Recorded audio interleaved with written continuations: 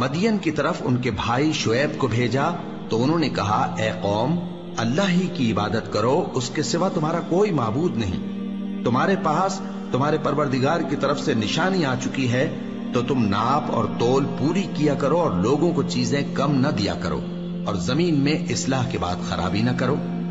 اگر تم صاحب ایمان ہو تو سمجھ لو کہ یہ بات تمہارے حق میں بہتر ہے، اور ہر رستے پر مت بیٹھا کرو کہ جو شخص اللہ پر ایمان لاتا ہے اسے تم ڈراتے اور اللہ کی راہ سے روکتے اور اس میں کجی ڈھونڈتے ہو۔ اور اس وقت کو یاد کرو جب تم تھوڑے سے تھے تو اللہ نے تم کو جماعت کثیر کر دیا، اور دیکھ لو کہ خرابی کرنے والوں کا انجام کیسا ہوا۔ اور اگر تم میں سے ایک جماعت میری رسالت پر ایمان لے آئی ہے اور ایک جماعت ایمان نہیں لائی تو صبر کیے رہو یہاں تک کہ اللہ ہمارے تمہارے درمیان فیصلہ کر دے، اور وہ سب سے بہتر فیصلہ کرنے والا ہے۔ تو ان کی قوم میں جو لوگ سردار تھے جو تکبر کرتے تھے وہ کہنے لگے کہ شعیب، یا تو ہم تم کو اور جو لوگ تمہارے ساتھ ایمان لائے ہیں ان کو اپنے شہر سے نکال دیں گے، یا تم ہمارے مذہب میں واپس آ جاؤ۔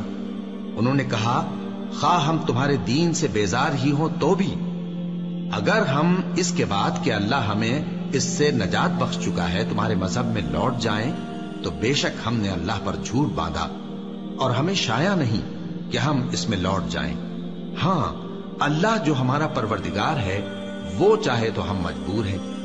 ہمارے پروردگار کا علم ہر چیز کا احاطہ کیے ہوئے ہے، ہمارا اللہ ہی پر بھروسہ ہے۔ اے پروردگار، ہم میں اور ہماری قوم میں انصاف کے ساتھ فیصلہ کر دے، اور تو سب سے بہتر فیصلہ کرنے والا ہے۔ اور ان کی قوم میں سے سردار لوگ جو کافر تھے کہنے لگے کہ بھائیو، اگر تم نے شعیب کی پیروی کی تو بے شک تم خسارے میں پڑ گئے۔ تو ان کو زلزلے نے آ پکڑا اور وہ اپنے گھروں میں اوندھے پڑے رہ گئے۔ یہ لوگ جنہوں نے شعیب کی تکذیب کی تھی ایسے برباد ہوئے تھے کہ گویا وہ ان میں کبھی آباد ہی نہیں ہوئے تھے۔ غرض جنہوں نے شعیب کو جھٹلایا وہ خسارے میں پڑ گئے۔